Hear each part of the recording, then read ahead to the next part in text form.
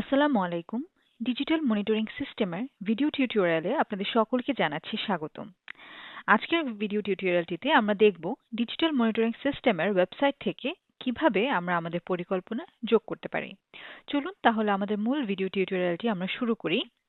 আমাদের ভিডিও টিউটোরিয়ালটিতে আজকে মূলত থাকছে ডিএমএস ওয়েবসাইটের মাধ্যমে কিভাবে আমরা আমাদের বার্ষিক পরিকল্পনা এডিট অথবা ডিলিট করতে পারবো এবং কিভাবে আমরা আমাদের বার্ষিক পরিকল্পনা জমা দিব। আমরা যখন আমাদের বার্ষিক পরিকল্পনাতে কোনো একটি প্ল্যান অ্যাড করছি অথবা কোনো একটি নতুন ইনস্টিটিউট অ্যাড করছি, সে অবস্থায় আমাদের পরিকল্পনাগুলো কিন্তু ড্রাফট মোডে থেকে থাকে। অর্থাৎ যতক্ষণ পর্যন্ত আমি আমার পরিকল্পনা অ্যাড এবং ডিলিট করার সুযোগটি পাচ্ছি, ততক্ষণ পর্যন্ত আমাদের বুঝে নিতে হবে আমাদের পরিকল্পনাটি কিন্তু ড্রাফট মোডে আছে। একবার যখন আমাদের পরিকল্পনা করা হয়ে যাবে, অর্থাৎ আমাদের সারা বছরের পরিকল্পনা আমরা করে ফেলবো, তখন কিন্তু আমাদের বার্ষিক পরিকল্পনাটি আমাদের জমা দিয়ে দিতে হবে। আমি যখন একবার আমাদের বার্ষিক পরিকল্পনাটি জমা দিয়ে ফেলবো, তারপরে কিন্তু আমি কোনোভাবেই আমাদের কোনো ইনস্টিটিউট অ্যাড অথবা ডিলিট কিন্তু করতে পারবো না। অর্থাৎ কোনো ধরনের কোনো চেঞ্জেস আমরা আমাদের বার্ষিক পরিকল্পনাতে আনতে পারবো না।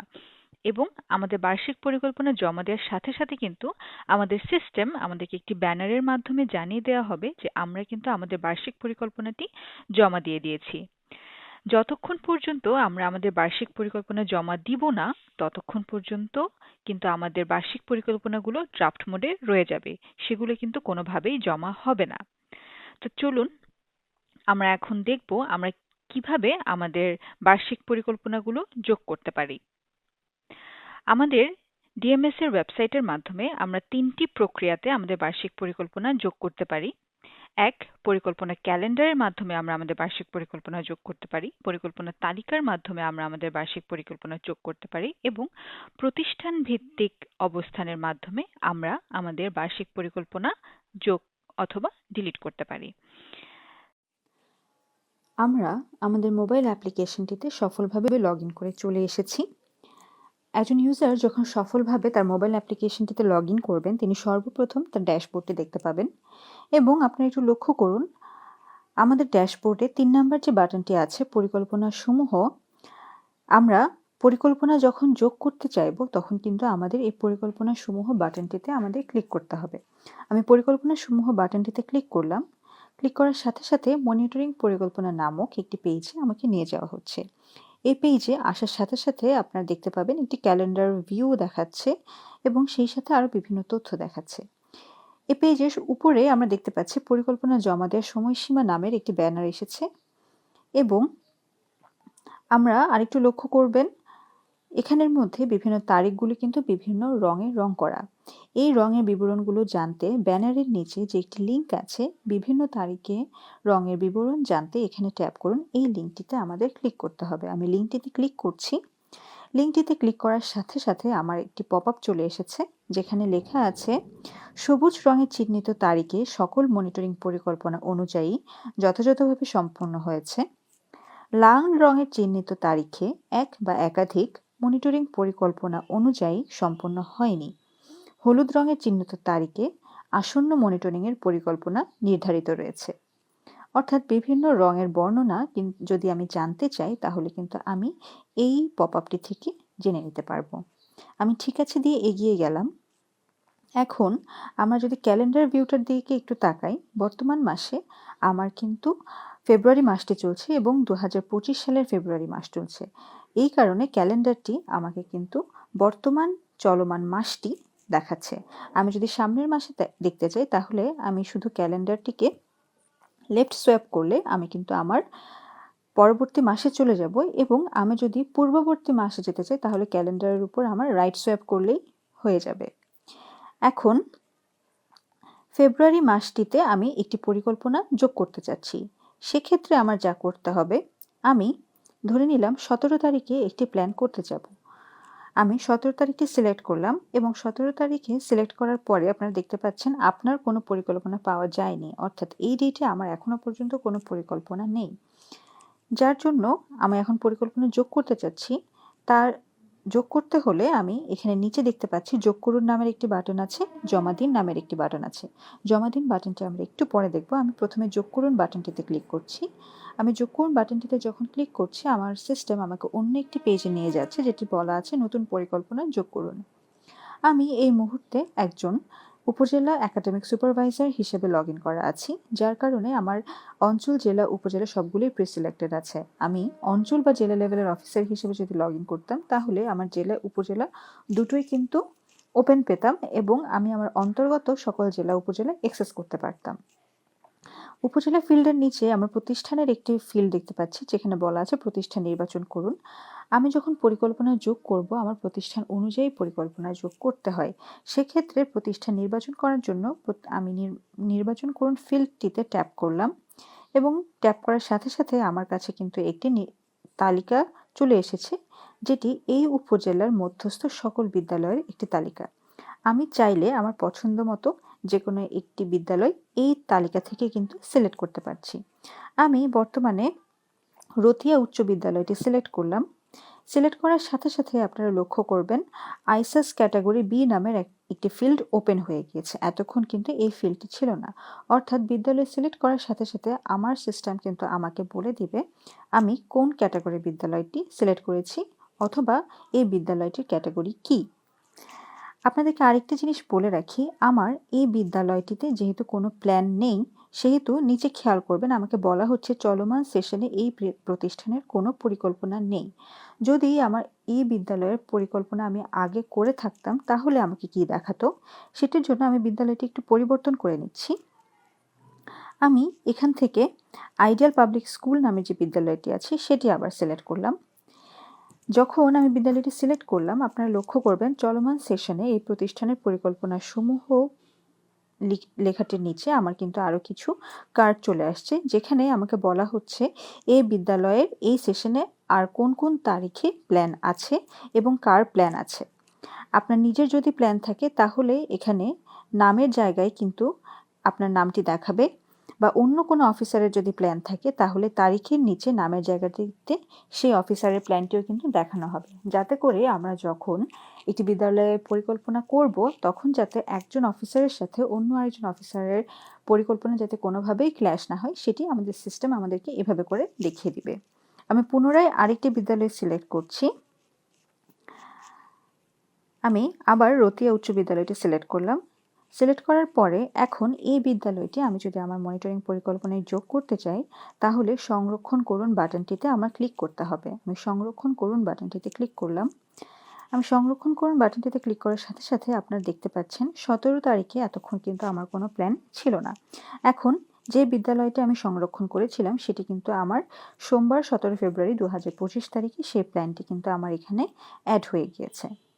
এখন প্ল্যানটি অ্যাড করার পরে যদি কোনো অফিসারের বা আপনাদের কারো যদি মনে হয়ে থাকে যে আমি ভুল বিদ্যালয়টি সিলেক্ট করে ফেলেছি সেক্ষেত্রে এই প্ল্যানটি কিন্তু আমি আবার ডিলিট করতে পারবো।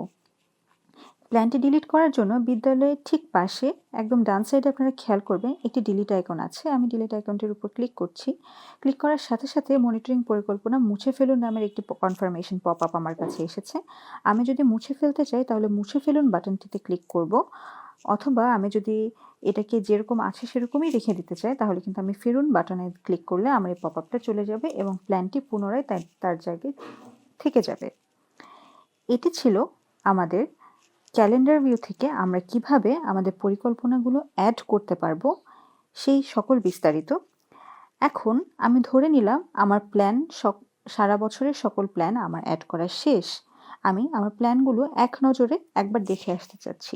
আমি যখন আমার প্ল্যানটি এক নজরে দেখে আসতে চাচ্ছি তখন আমি ক্যালেন্ডার ভিউর পাশে দেখুন আরেকটি ট্যাব আছে তালিকা ভিউ। আমি এই তালিকা ভিউ ট্যাবটিতে ক্লিক করছি। আমি আমার যতগুলো প্ল্যান এবছরের জন্য করেছি সে সকল প্ল্যান কিন্তু আমি একসাথে একটি তালিকাতে এখানে লিস্ট আকারে দেখতে পাচ্ছি। আমি যত নিচে যাব আমার সকল প্ল্যানগুলো কিন্তু আস্তে আস্তে করে এখানে আসতে থাকবে। সুতরাং আমরা ক্যালেন্ডার ভিউ থেকে প্ল্যান অ্যাড করতে পারবো এবং তালিকা ভিউ থেকে আমরা এক নজরে প্ল্যান দেখে আসতে পারবো। এবং তালিকা ভিউ পেজটির আরেকটি বৈশিষ্ট্য যেটি হলো আমি কিন্তু যদি চাই তাহলে কিন্তু আমি আমার প্ল্যানগুলো ফিল্টার করেও দেখতে পারবো। যেমন আমি সেশন দিয়ে এখানে ফিল্টার করতে পারবো, আমি মাস দিয়ে ফিল্টার করতে পারবো। ধরে নিন আমি জানতে চাচ্ছি ফেব্রুয়ারি অথবা মার্চ মাসে আমার কোন প্ল্যানটি, কি প্ল্যান আছে। আমি মার্চ মাসটি সিলেক্ট করে আমি যখন ফিল্টার বাটনে ট্যাপ করলাম, আপনারা দেখতে পাচ্ছেন মার্চ মাসে আমার 3টি প্ল্যান আছে। এই 3টি প্ল্যান কিন্তু লিস্টে চলে এসেছে। আমি যদি এখন ফিল্টার মুছনে ক্লিক করি, আমার কিন্তু সকল ফিল্টার মুছে যাবে এবং ঠিক আগের মতোই সম্পূর্ণ লিস্টে দেখাবে। সেই সাথে আমাদের প্রতিষ্ঠান নির্বাচন করণেরও একটি ফিল্টার অপশন আমরা এখানে দেখতে পাচ্ছি। এই ফিল্টার অপশনটিতে আমরা যখন ক্লিক করছি, আপনারা দেখবেন একটি বিদ্যালয়ের ড্রপডাউন চলে এসেছে। এই বিদ্যালয়গুলো হলো আমি যে বিদ্যালয়গুলো আমার পরিকল্পনাতে যোগ করেছি, সেই সকল বিদ্যালয়গুলো আমার এই প্রতিষ্ঠান নির্বাচন করণের ড্রপডাউনে আমাকে দেখাচ্ছে। এখন আমি ধরে নিলাম আমি যে কোনো একটি বিদ্যালয় সিলেক্ট করে দেখতে চাচ্ছি এই বিদ্যালয়টির কয়টি প্ল্যান আমি করেছি। আমি আইডিয়াল পাবলিক স্কুলটি সিলেক্ট করলাম। সিলেক্ট করে আমি ফিল্টার করুন বাটনটিতে যখন ক্লিক করছি, তখন আপনারা দেখুন আইডিয়াল পাবলিক স্কুলের করা প্রত্যেকটি প্ল্যান আমার এখানে লিস্ট আকারে চলে এসেছে এবং প্রত্যেকটি কার্ডের উপর কিন্তু কয় তারিখ এই প্ল্যানটি আমি করেছি সেটি কিন্তু দেখাচ্ছে। যেমন বৃহস্পতিবার 10 এপ্রিল 2025, শুক্রবার 16 মে 2025, এভাবে করে তারিখ সহ আমাকে কিন্তু সকল তথ্য এখানে দেখানো হচ্ছে। এই ছিল আমাদের মনিটরিং পরিকল্পনা আমরা মোবাইল অ্যাপ্লিকেশন থেকে কিভাবে যোগ করব তার তথ্য, এবং সেই যোগ করা পরিকল্পনাগুলো এক নজরে আমরা কিভাবে দেখব সেই তথ্যগুলো। এখন চলুন আমরা আমাদের ভিডিও টিউটোরিয়ালের সেকেন্ড ধাপ, যেটি পরিকল্পনা জমা দেওয়া, সেটি দেখব। এই মুহূর্তে আমার পরিকল্পনাটি কিন্তু ড্রাফট মোডে আছে। এখন সকল পরিকল্পনা করে ফেলার পরে আমি যখন পরিকল্পনাটি জমা দিতে চাইব, সেক্ষেত্রে আপনারা নিচে লক্ষ্য করবেন লাল রঙের জমা দিন বাটন নামের একটি বাটন আমরা দেখতে পাচ্ছি। আমি জমা দিন বাটনটিতে যখন ক্লিক করছি, আমরা দেখতে পাচ্ছি একটি লাল রঙের পপ আপ এসেছে। আমরা যখন আমাদের পরিকল্পনা জমা দিতে যাব, সেক্ষেত্রে আমার এই কনফার্মেশন পপ আপে যে তথ্যটি আছে সেটি কিন্তু আমরা অবশ্যই পড়ে নেব। এখানে বলা হয়েছে আপনার পরিকল্পনাটি আপনি জমা দিতে যাচ্ছেন। একবার জমা দিলে আপনি আর কোনো নতুন পরিকল্পনা যোগ বা পরিবর্তন করতে পারবেন না। আপনি কি নিশ্চিত? উল্লেখ্য, ঊর্ধ্বতন কর্মকর্তা আপনার পরিকল্পনা সংশোধনের জন্য ফেরত পাঠাতে পারেন। ফেরত পাঠালে সিস্টেম আপনাকে নোটিফিকেশনের মাধ্যমে জানিয়ে দিবে। অর্থাৎ কোনো একটি কারণে আপনি যদি কোনো পরিকল্পনা মিস করে ফেলেন বা অ্যাড করতে ভুলে গিয়ে থাকেন, সেক্ষেত্রে ঊর্ধ্বতন কর্মকর্তা যদি চান আপনার প্ল্যানটি পুনরায় সঠিক করার জন্য আপনাকে ফেরত পাঠাতে পারেন। জমা দেওয়ার আগে সকল তথ্য আমরা পড়ে নেব এবং পড়ে নিয়ে একদম নিশ্চিত হয়ে কিন্তু আমরা এই জমা দিন বাটনটিতে ক্লিক করব। আমরা যদি একবার পরিকল্পনা জমা দিয়ে ফেলি, পুনরায় কিন্তু আমরা কোনো প্ল্যান অ্যাড অথবা ডিলিট করতে পারবো না। এই মুহূর্তে আমি জমা দিন বাটনটিতে ক্লিক করে আমি আমার প্ল্যানটি জমা দিয়ে দিব। আমি জমা দিন বাটনটিতে ক্লিক করলাম এবং ক্লিক করার সাথে সাথে আপনারা লক্ষ্য করবেন আমার ব্যানারটি কিন্তু চেঞ্জ হয়ে গেছে এবং চেঞ্জ হয়ে গিয়ে আমাকে বলছে আপনি সফলভাবে বার্ষিক মনিটরিং পরিকল্পনা জমা দিয়েছেন।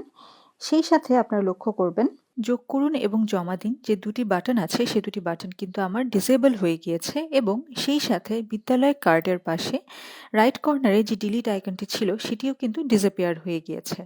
অর্থাৎ আমি একবার যদি আমার পরিকল্পনা জমা দিয়ে দেই, তারপরে কিন্তু আমি আর কোনো প্ল্যান অ্যাড করতে পারবো না এবং কোনো প্ল্যান ডিলিটও করতে পারবো না। সুতরাং এই ছিল আমাদের মোবাইল অ্যাপ্লিকেশনের মাধ্যমে আমরা কিভাবে আমাদের মনিটরিং পরিকল্পনাগুলো অ্যাড এবং ডিলিট করব এবং কিভাবে আমাদের মনিটরিং পরিকল্পনাগুলো জমা দেব, সেই সকল প্রক্রিয়া। আমাদের সাথে এতক্ষণ থাকার জন্য আপনাদেরকে জানাচ্ছি অসংখ্য ধন্যবাদ। আসসালামু আলাইকুম।